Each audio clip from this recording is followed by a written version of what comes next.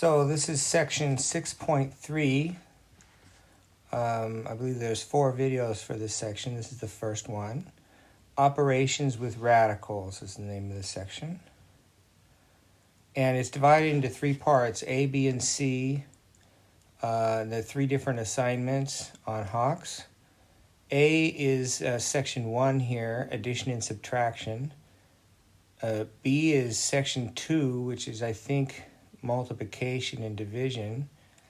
And then 3 and 4 are rationalizing a denominator and rationalizing a numerator, respectively. So 3 and 4 are in part C. The video is for part C. So 1 is for part A, 2 is for part B, and parts 3 and 4 are for section 6.3C, homework assignment.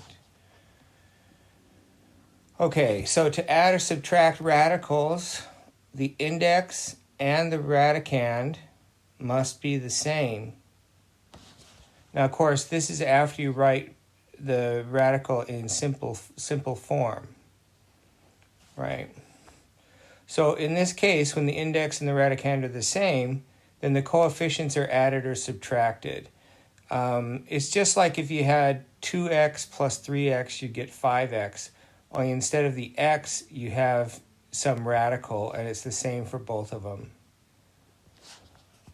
So for example, 3 square root of 5 minus 2 square root of 5 plus square root of 5. We think of these as 3 different square root of 5 terms instead of like an x term, a y term, right? These are square root of 5 terms. And so you just add or subtract the coefficients. The coefficient on the square root of 5, of course, is the last one is 1. So you get 3 plus 1 is 4 minus 2 is 2. So you get 2 square root of 5. Okay, it's pretty simple. 4 times the cube root of 4 minus the cube root of 4. Notice they're both cube roots of 4. Same index, same radicand. So you can subtract the coefficients as 4 minus 1, which is 3. So you get 3 cube root of 4. 8 square root of 3 plus 2 square root of 2. You can't combine these two because the radicands are different.